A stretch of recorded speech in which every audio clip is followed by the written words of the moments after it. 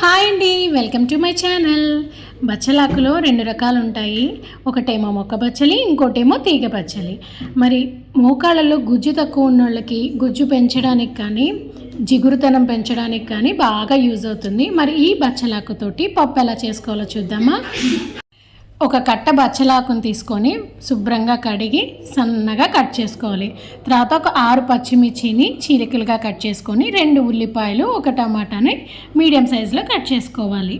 అలాగే నిమ్మకాయ సైజు అంత చింతపండుని నానబెట్టుకోవాలి. చాలామందికి బచ్చలాకు అంటే ఇష్టం ఉండదు, కానీ ఒకసారైనా వారానికి ఒక్కసారైనా చేయండి. ఎందుకంటే మోకాళ్ళలో గుజ్జును పెంచేది అదే. ఇప్పుడు అందరికి కూడా మోకాళ్ళ నొప్పులు ఎక్కువ వస్తున్నాయి కదా, పెద్దవాళ్ళకైనా చిన్నవాళ్ళకైనా.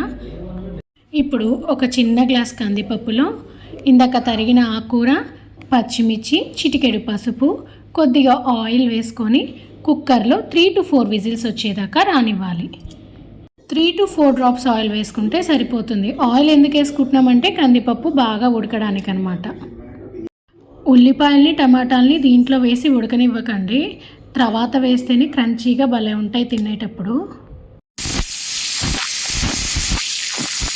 ఆవిరిపోయాక తీసి చూసేసరికి పప్పు, ఆకుకూర కూడా బాగా మెత్తగా ఉడికిపోయింది.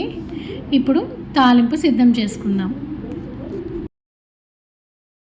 ఒక కడాయిలో 3-4 స్పూన్స్ ఆయిల్ వేసి కొన్ని వెల్లుల్లిపాయలు, ఆవాలు, జీలకర్ర, మినప్పప్పు, ఎండుమిర్చి, కరివేపాకు వేసుకొని అవి ఫ్రై అయ్యాక ఉల్లిపాయలు కూడా వేసుకొని కొంచెం ఫ్రై చేసుకుందాం. ఉల్లిపాయలు వేసుకున్నాక తగినంత ఉప్పు కూడా వేసేసుకొని ఫ్రై చేసుకుందాం.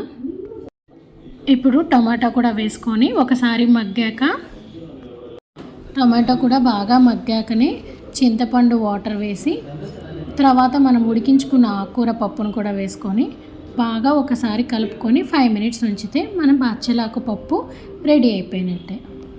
ఇలా ఒక్కసారి ట్రై చేయండి, చాలా బాగుంటుంది టేస్ట్. అంటే టమాటో, ఉల్లిపాయ కూడా విడిగా వేసుకొని వేస్తేనే చాలా టేస్ట్ వస్తుంది. ఈ బచ్చలాకు పప్పు కాంబినేషన్కి ఆవకాయ కూడా కలుపుకొని తింటే అద్భుత అనాల్సిందేనండి. మరిన్ని వీడియోస్ కోసం నా ఛానల్ని తప్పకుండా సబ్స్క్రైబ్ చేసుకోండి అండ్ లైక్ చేయండి, షేర్ చేయండి, అలాగే ఫాలో కూడా అవ్వండి. Thank you for watching.